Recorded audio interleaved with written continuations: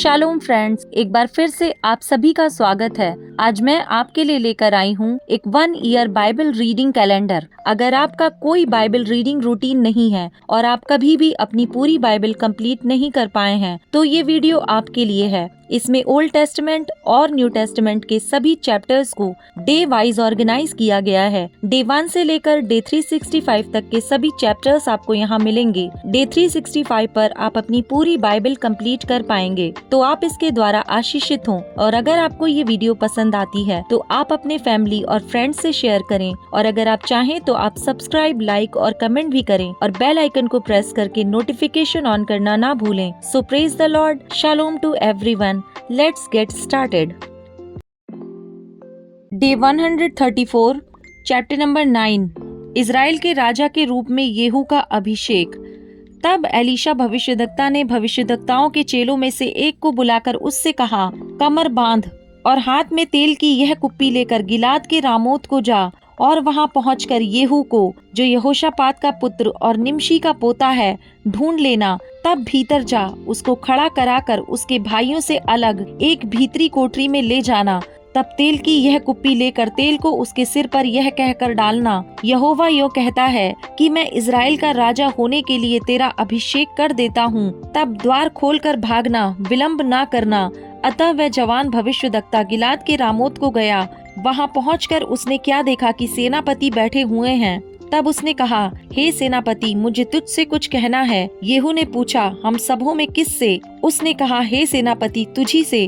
तब वह उठकर घर में गया और उसने यह कहकर उसके सिर पर तेल डाला, इजराइल का परमेश्वर यहोवा यो कहता है, मैं अपनी प्रजा इजराइल पर राजा होने के लिए तेरा अभिषेक कर देता हूँ। तू अपने स्वामी आहाब के घराने को मार डालना, जिससे मुझे अपने दास भविष्यद्वक्ताओं के वरन अपने सब दासों के खून का, जो इजबेल ने बहाया, बदला मिले। क्योंकि आहाब का समस्त घराना नष्ट हो जाएगा और मैं आहाब के वंश के हर एक लड़के को और इजराइल में के क्या बंदी क्या स्वाधीन हर एक का नाश कर डालूंगा। और मैं आहाब का घराना नबात के पुत्र यारोबाम का सा और अहिया के पुत्र बाशा का सा कर दूंगा। और इजबेल को यिज्रेल की भूमि में कुत्ते खाएंगे और उसको मिट्टी देने वाला कोई ना होगा। तब वह द्वार खोलकर भाग गया। तब येहू अपने स्वामी के कर्मचारियों के पास निकल आया और एक ने उससे पूछा, क्या कुशल है? वह बावला क्यों तेरे पास आया था? उसने उससे कहा, तुमको मालूम होगा कि वह कौन है और उससे क्या बातचीत हुई। उन्होंने कहा, झूठ है,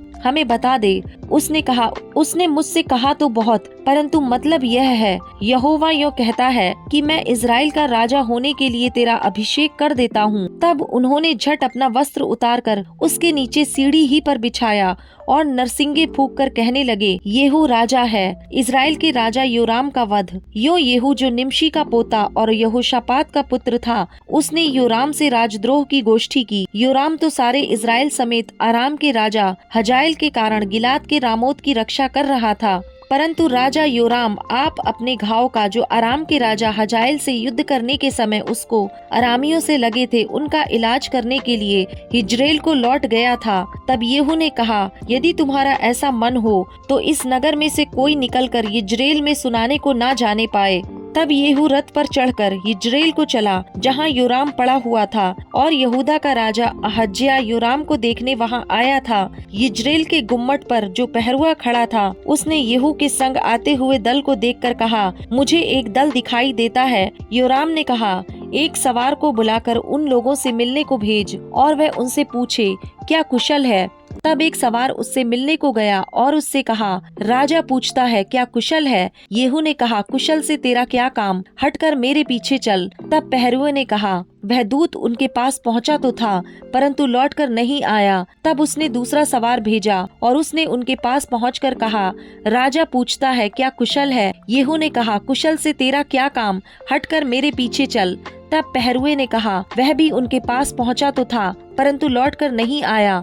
हाँकना निमशी के पोते येहू का सा है, वह तो पागलों के समान हाँकता है। योराम ने कहा, मेरा रथ जुतवा। जब उसका रथ जुत गया, तब इजराइल का राजा योराम और यहूदा का राजा अहज्याह दोनों अपने अपने रथ पर चढ़कर निकल गए और येहू से मिलने को बाहर जाकर यिज्रेल नाबोत की भूमि में उससे भेंट की। येहू को देखते ही योराम ने पूछा, हे येहू, क्या कुशल है? येहू ने उत्तर दिया, जब तक तेरी माता इजबेल छिनालपन और टोना करती रहे, तब तक कुशल कहाँ। तब योराम रास फेर के और अहज्या से यह कहकर भागा, हे अहज्या, विश्वासघात है, भाग चल। तब येहू ने धनुष को कान तक खींचकर योराम के कंधों के बीच ऐसा तीर मारा कि वह उसका हृदय फोड़कर निकल गया और वह अपने रथ में झुककर गिर पड़ा। तब येहू ने बिदकर नामक अपने एक सरदार से कहा, उसे उठाकर यिज्रेली नाबोत की भूमि में फेंक दे। स्मरण तो कर कि जब मैं और तू हम दोनों एक संग सवार होकर उसके पिता अहाब के पीछे पीछे चल रहे थे, तब यहोवा ने उससे यह भारी वचन कहलवाया था। यहोवा की यह वाणी है कि नाबोत और उसके पुत्रों का जो खून हुआ उसे मैंने देखा है, और यहोवा की यह वाणी है कि मैं उसी भूमि में तुझे बदला दूंगा। तो अब यहोवा के उस वचन के अनुसार उसे उठाकर उसी भूमि में फेंक दे। यहूदा के राजा अहज्या का वध। यह देखकर यहूदा का राजा अहज्या बारी के भवन के मार्ग से भाग चला, और येहू ने उसका पीछा करके कहा, उसे भी रथ ही पर मारो। तो वह भी यिबलाम के पास की गूर की चढ़ाई पर मारा गया और मगिद्दो तक भागकर मर गया। तब उसके कर्मचारियों ने उसे रथ पर यरूशलेम को पहुंचाकर दाऊदपुर में उसके पुरखाओं के बीच मिट्टी दी। अहज्या तो अहाब के पुत्री योराम के 11वें वर्ष में यहूदा पर राज्य करने लगा था। रानी इजबेल का वध। जब येहू यिज्रेल को आया, तब इजबेल यह सुन अपनी आंखों में सुरमा लगा अपना सिर संवार कर खिड़की में से झांकने लगी। जब येहू फाटक में होकर आ रहा था, तब उसने कहा, हे अपने स्वामी के घात करने वाले जिम्री, क्या कुशल है? तब उसने खिड़की की ओर मुंह उठाकर पूछा, मेरी ओर कौन है कौन? इस पर 2-3 खोजों ने उसकी ओर झांका। तब उसने कहा, उसे नीचे गिरा दो। अतः उन्होंने उसको नीचे गिरा दिया, और उसके लहू के कुछ छींटे दीवार पर और कुछ घोड़ों पर पड़े, और उन्होंने उसको पांवों से लताड़ दिया। तब वह भीतर जाकर खाने पीने लगा और कहा, जाओ उस श्रापित स्त्री को देख लो और उसे मिट्टी दो, वह तो राजा की बेटी है। जब वे उसे मिट्टी देने गए, तब उसकी खोपड़ी, पाँव और हथेलियों को छोड़कर उसका और कुछ ना पाया। अतः उन्होंने लौटकर उससे कह दिया। तब उसने कहा, यह यहोवा का वह वचन है जो उसने अपने दास तिशबी एलिय्याह से कहलवाया था कि इजबेल का मांस यिज्रेल की भूमि में कुत्ते खाएंगे, और इजबेल का शव यिज्रेल की भूमि पर खाद के समान पड़ा रहेगा, यहाँ तक कि कोई ना कहेगा, यह इजबेल है। Chapter number 10। अहाब के राज परिवार का संहार। अहाब के 70 बेटे पोते शोमरोन में रहते थे। अतः येहू ने शोमरोन में उन पुरनियों के पास, और जो यिज्रेल के हाकिम थे और जो अहाब के लड़कों के पालने वाले थे, उनके पास पत्र लिखकर भेजे, तुम्हारे स्वामी के बेटे पोते तो तुम्हारे पास रहते हैं, और तुम्हारे पास रथ और घोड़े भी हैं, और तुम्हारे एक गढ़ वाला नगर और हथियार भी हैं। तो इस पत्र के हाथ लगते ही अपने स्वामी के बेटों में से जो सबसे अच्छा और योग्य हो, उसको छांटकर उसके पिता की गद्दी पर बैठाओ और अपने स्वामी के घराने के लिए लड़ो। परंतु वे बहुत डर गए और कहने लगे, उसके सामने 2 राजा भी ठहर ना सके, फिर हम कहाँ ठहर सकेंगे। तब जो राज घराने के काम पर था और जो नगर के ऊपर था, उन्होंने और पुरनियों और लड़कों के पालने वालों ने येहू के पास यों कहला भेजा, हम तेरे दास हैं, जो कुछ तू हमसे कहे उसे हम करेंगे, हम किसी को राजा ना बनाएंगे, जो तुझे भाए वही कर। तब उसने दूसरा पत्र लिखकर उनके पास भेजा, यदि तुम मेरी ओर के हो और मेरी मानो, तो अपने स्वामी के बेटों पोतों के सिर कटवा कर कल इसी समय तक मेरे पास यिज्रेल में हाजिर होना। राजपुत्र जो 70 मनुष्य थे, वे उस नगर के रईसों के पास पलते थे। यह पत्र उनके हाथ लगते ही उन्होंने उन 70 राजपुत्रों को पकड़कर मार डाला और उनके सिर टोकरियों में रखकर यिज्रेल को उसके पास भेज दिए। जब एक दूत ने उसके पास जाकर बता दिया, राजकुमारों के सिर आ गए हैं, तब उसने कहा, उन्हें फाटक में 2 ढेर करके सवेरे तक रखो। सवेरे उसने बाहर जा खड़े होकर सब लोगों से कहा, तुम तो निर्दोष हो, मैंने अपने स्वामी से राजद्रोह की गोष्ठी करके उसे घात किया, परंतु इन सबों को किसने मार डाला? अब जान लो कि जो वचन यहोवा ने अपने दास एलिय्याह के द्वारा कहा था, उसे उसने पूरा किया है। जो वचन यहोवा ने अहाब के घराने के विषय कहा, उसमें से एक भी बात बिना पूरी हुए न रहेगी। तब अहाब के घराने के जितने लोग यिज्रेल में रह गए, उन सबों को और उसके जितने प्रधान पुरुष और मित्र और याजक थे, उन सबों को येहू ने मार डाला, यहाँ तक कि उसने किसी को जीवित ना छोड़ा। राजा अहज्या के कुटुंबियों का वध। तब वे वहाँ से चलकर शोमरोन को गया और मार्ग में चरवाहों के ऊन कतरने के स्थान पर पहुँचा ही था कि यहूदा के राजा अहज्या के भाई येहू से मिले। और जब उसने पूछा, तुम कौन हो? तब उन्होंने उत्तर दिया, हम अहज्या के भाई हैं और राजपुत्रों और राजमाता के बेटों का कुशलक्षेम पूछने को जाते हैं, तब उसने कहा, इन्हें जीवित पकड़ो। अतः उन्होंने उनको, जो 42 पुरुष थे, जीवित पकड़ा और ऊन कतरने के स्थान की बावली पर मार डाला। उसने उनमें से किसी को ना छोड़ा। आहाब के अन्य कुटुंबियों का वध। जब वे वहाँ से चला, तब रेकाब का पुत्र यहोनादाब सामने से आता हुआ उसको मिला।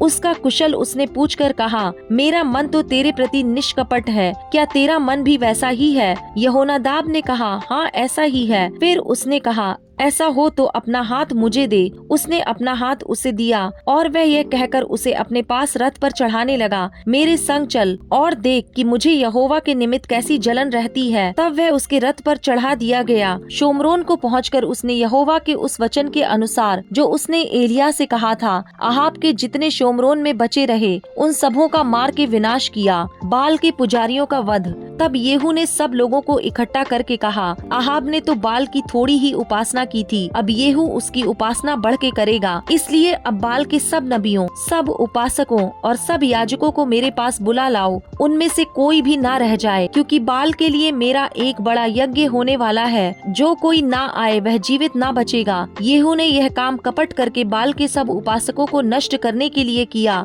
तब येहू ने कहा, बाल की एक पवित्र महासभा का प्रचार करो। और लोगों ने प्रचार किया। येहू ने सारे इजराइल में दूत भेजे। तब बाल के सब उपासक आए, यहाँ तक कि ऐसा कोई ना रह गया जो ना आया हो। वे बाल के भवन में इतने आए कि वह एक सिरे से दूसरे सिरे तक भर गया। तब उसने उस मनुष्य से, जो वस्त्र के घर का अधिकारी था, कहा, बाल के सब उपासकों के लिए वस्त्र निकाल ले आ। अतः वह उनके लिए वस्त्र निकाल ले आया। तब येहू रेकाब के पुत्र यहोनादाब को संग लेकर बाल के भवन में गया और बाल के उपासकों से कहा, ढूंढ कर देखो कि यहाँ तुम्हारे संग यहोवा का कोई उपासक तो नहीं है, केवल बाल ही के उपासक हैं। तब वे मेल बलि और होम बलि चढ़ाने को भीतर गए। येहू ने तो 80 पुरुष बाहर ठहराकर उनसे कहा था, यदि उन मनुष्यों में से जिसे मैं तुम्हारे हाथ में कर दूं कोई भी बचने पाए, तो जो उसे जाने देगा उसका प्राण उसके प्राण के बदले जाएगा। फिर जब होम बलि चढ़ चुका, तब येहू ने पहरुओं और सरदारों से कहा, भीतर जाकर उन्हें मार डालो,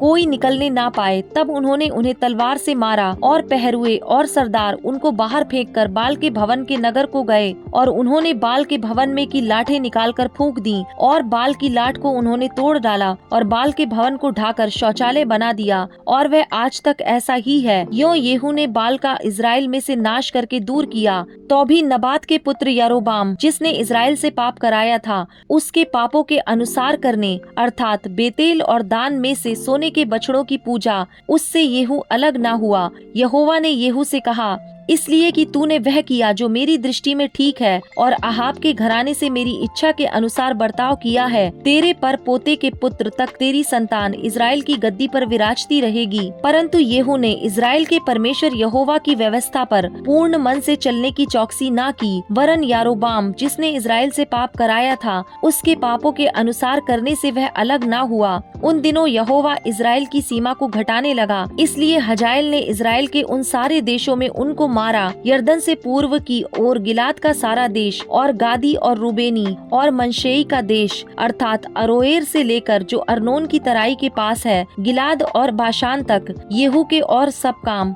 और जो कुछ उसने किया और उसकी पूर्ण वीरता, यह सब क्या इजराइल के राजाओं के इतिहास की पुस्तक में नहीं लिखा है? अंत में येहू अपने पुरखाओं के संग सो गया और शोमरोन में उसको मिट्टी दी गई और उसका पुत्र यहो आहाज उसके स्थान पर राजा बन गया। येहू के शोमरोन में इजराइल पर राज्य करने का समय 28 वर्ष का था। Chapter number 11। यहूदा की रानी अतल्याह। जब अहज्या की माता अतल्याह ने देखा कि उसका पुत्र मर गया, तब उसने पूरे राजवंश को नष्ट कर डाला। परंतु यहोशेबा, जो राजा योराम की बेटी और अहज्या की बहन थी, उसने अहज्या के पुत्र योआश को घात होने वाले राजकुमारों के बीच में से चुराकर धाई समेत बिछौने रखने की कोठरी में छिपा दिया। और उन्होंने उसे अतल्याह से ऐसा छिपा रखा कि वह मारा ना गया। वह उसके पास यहोवा के भवन में 6 वर्ष छिपा रहा और अतल्याह देश पर राज्य करती रही। 7वें वर्ष में यहोयादा ने अंगरक्षकों और पहरुओं के शतपतियों को बुला भेजा और उनको यहोवा के भवन में अपने पास ले आया और उनसे वाचा बांधी और यहोवा के भवन में उनको शपथ खिलाकर उनको राजपुत्र दिखाया। और उसने उन्हें आज्ञा दी, एक काम करो, अर्थात तुम में से 1/3 लोग जो विश्राम दिन को आने वाले हों वे राजभवन का पहरा दें, और 1/3 लोग सूर नामक फाटक में ठहरे रहें, और 1/3 लोग पहरुओं के पीछे के फाटक में रहें। यो तुम भवन की चौकसी करके लोगों को रोके रहना, और तुम्हारे 2 दल जो विश्राम दिन को बाहर जाने वाले हों वे राजा के आसपास होकर यहोवा के भवन की चौकसी करें। तुम अपने अपने हाथ में हथियार लिए हुए राजा के चारों ओर रहना, और जो कोई पांतियों के भीतर घुसना चाहे वह मार डाला जाए, और तुम राजा के आते जाते समय उसके संग रहना। यहोयादा याजक की इन सब आज्ञाओं के अनुसार शतपतियों ने किया। वे विश्राम दिन को आने वाले और जाने वाले दोनों दलों के अपने अपने जनों को संग लेकर यहोयादा याजक के पास गए। तब याजक ने शतपतियों को राजा दाऊद के बर्छे और ढालें जो यहोवा के भवन में थीं दे दी। इसलिए वे पहरुए अपने अपने हाथ में हथियार लिए हुए भवन के दक्षिणी कोने से लेकर उत्तरी कोने तक वेदी और भवन के पास राजा के चारों ओर उसको घेर कर खड़े हुए। तब उसने राजकुमार को बाहर लाकर उसके सिर पर मुकुट और साक्षी पत्र रख दिया। तब लोगों ने उसका अभिषेक करके उसको राजा बनाया। फिर ताली बजा बजा कर बोल उठे, राजा जीवित रहे। जब अतल्याह को पहरुओं और लोगों की हलचल सुनाई पड़ी तब वह उनके पास यहोवा के भवन में गई, और उसने क्या देखा कि राजा रीति के अनुसार खम्बे के पास खड़ा है, और राजा के पास प्रधान और तुरही बजाने वाले खड़े हैं, और सब लोग आनंद करते और तुरहियां बजा रहे हैं। तब अतल्याह अपने वस्त्र फाड़कर राजद्रोह पुकारने लगी। तब यहोयादा याजक ने दल के अधिकारी शतपतियों को आज्ञा दी, उसे अपनी पातियों के बीच से निकाल ले जाओ, और जो कोई उसके पीछे चले उसे तलवार से मार डालो, क्योंकि याजक ने कहा वह यहोवा के भवन में न मार डाली जाए। इसलिए उन्होंने दोनों ओर से उसको जगह दी, और वह उस मार्ग के बीच से चली गई जिससे घोड़े राजभवन में जाया करते थे, और वहाँ वह मार डाली गई। यहोयादा का सुधार। तब यहोयादा ने यहोवा के और राजा प्रजा के बीच यहोवा की प्रजा होने की वाचा बंधाई, और उसने राजा और प्रजा के मध्य भी वाचा बंधाई। सब लोगों ने बाल के भवन को जाकर ढा दिया, और उसकी वेदियां और मूर्तें भली भांति तोड़ दी, और मत्तान नामक बाल के याजक को वेदियों के सामने ही घात किया। तब याजक ने यहोवा के भवन पर अधिकारी ठहरा दिए। तब वह शतपतियों, अंग रक्षकों और पहरुओं और सब लोगों को साथ लेकर राजा को यहोवा के भवन से नीचे ले गया, और पहरुओं के फाटक के मार्ग से राजभवन को पहुंचा दिया। राजा राजगद्दी पर विराजमान हुआ। तब सब लोग आनंदित हुए और नगर में शांति हुई। अतल्याह तो राजभवन के पास तलवार से मार डाली गई थी। जब योआश राजा हुआ उस समय वह 7 वर्ष का था। John chapter number 5 verse number 1 to 24। 38 वर्ष के रोगी को चंगा करना। इन बातों के पश्चात यहूदियों का एक पर्व हुआ, और यीशु यरूशलेम को गया। यरूशलेम में भेड़ फाटक के पास एक कुंड है जो इब्रानी भाषा में बैतसैदा कहलाता है। उसके 5 ओसारे हैं। इनमें बहुत से बीमार, अंधे, लंगड़े और सूखे अंग वाले पानी के हिलने की आशा में पड़े रहते थे, क्योंकि नियुक्त समय पर परमेश्वर के स्वर्गदूत कुंड में उतरकर पानी को हिलाया करते थे। पानी हिलते ही जो कोई पहले उतरता वह चंगा हो जाता था, चाहे उसकी कोई बीमारी क्यों ना हो। वहाँ एक मनुष्य था जो 38 वर्ष से बीमारी में पड़ा था।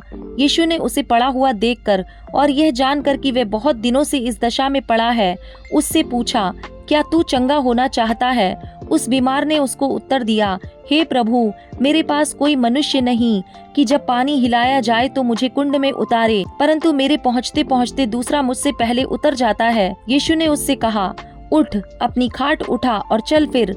वह मनुष्य तुरंत चंगा हो गया और अपनी खाट उठाकर चलने फिरने लगा। वह सबत का दिन था, इसलिए यहूदी उससे जो चंगा हुआ था कहने लगे, आज तो सबत का दिन है, तुझे खाट उठाना उचित नहीं। उसने उन्हें उत्तर दिया, जिसने मुझे चंगा किया उसी ने मुझसे कहा, अपनी खाट उठा और चल फिर। उन्होंने उससे पूछा, वह कौन मनुष्य है जिसने तुझसे कहा, खाट उठा और चल फिर? परंतु जो चंगा हो गया था वह नहीं जानता था कि वह कौन है, क्योंकि उस जगह में भीड़ होने के कारण यीशु वहाँ से हट गया था। इन बातों के बाद वह यीशु को मंदिर में मिला। यीशु ने उससे कहा, देख, तू चंगा हो गया है, फिर से पाप मत करना, ऐसा ना हो कि इससे कोई भारी विपत्ति तुझ पर आ पड़े। उस मनुष्य ने जाकर यहूदियों से कह दिया कि जिसने मुझे चंगा किया वह यीशु है। इस कारण यहूदी यीशु को सताने लगे, क्योंकि वह ऐसे काम सबत के दिन करता था। इस पर यीशु ने उनसे कहा, मेरा पिता अब तक काम करता है और मैं भी काम करता हूँ। इस कारण यहूदी और भी अधिक उसके मार डालने का प्रयत्न करने लगे, क्योंकि वह न केवल सबत के दिन की विधि को तोड़ता, परंतु परमेश्वर को अपना पिता कहकर अपने आप को परमेश्वर के तुल्य भी ठहराता था। पुत्र का अधिकार। इस पर यीशु ने उनसे कहा, मैं तुमसे सच सच कहता हूँ, पुत्र आपसे कुछ नहीं कर सकता, केवल वह जो पिता को करते देखता है, क्योंकि जिन जिन कामों को वह करता है उन्हें पुत्र भी उसी रीति से करता है, क्योंकि पिता पुत्र से प्रीति रखता है। और जो जो काम वह आप करता है वह सब उसे दिखाता है, और वह इनसे भी बड़े काम उसे दिखाएगा, ताकि तुम अचंभा करो। जैसा पिता मरे हुओं को उठाता और जिलाता है, वैसा ही पुत्र भी जिन्हें चाहता है उन्हें जिलाता है। पिता किसी का न्याय नहीं करता, परंतु न्याय करने का सब काम पुत्र को सौंप दिया है, कि सब लोग जैसे पिता का आदर करते हैं वैसे ही पुत्र का भी आदर करें। जो पुत्र का आदर नहीं करता वह पिता का जिसने उसे भेजा है आदर नहीं करता। मैं तुमसे सच सच कहता हूँ कि जो मेरा वचन सुनकर मेरे भेजने वाले पर विश्वास करता है, अनंत जीवन उसका है, और उस पर दंड की आज्ञा नहीं होती, परंतु वह मृत्यु से पार होकर जीवन में प्रवेश कर चुका है।